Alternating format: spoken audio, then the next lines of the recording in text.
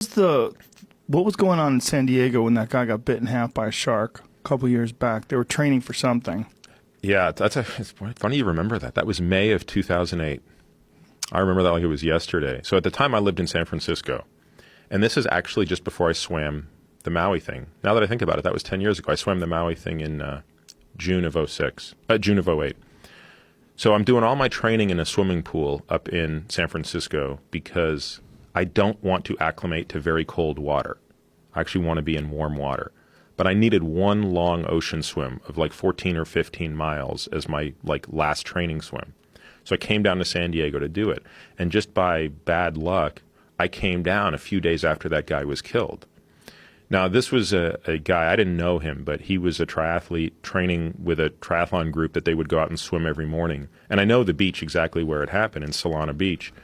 And unfortunately, like most people who get attacked by great whites, they always attack the same way, which is below and behind, stealth bite, up, and then they retreat.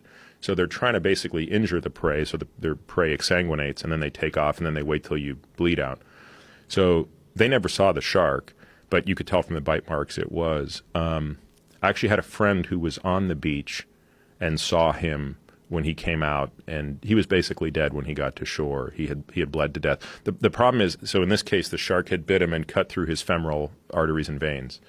And the salt water prevents you from having any hemostasis, so it exacerbates the blood loss. So that's generally how folks perish when they're bit How by did they great get whites. him out of the water?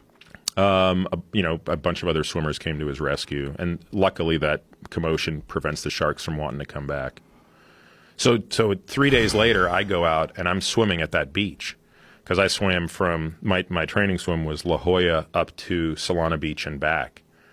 And I got to tell you, like 3 days after a guy dies where you're swimming, it was about one of the most mentally challenging training swims to be like, because you can't see, like the water at that part of the beach is so murky, and you're only a couple hundred yards offshore that like you can barely see your hands when you're swimming.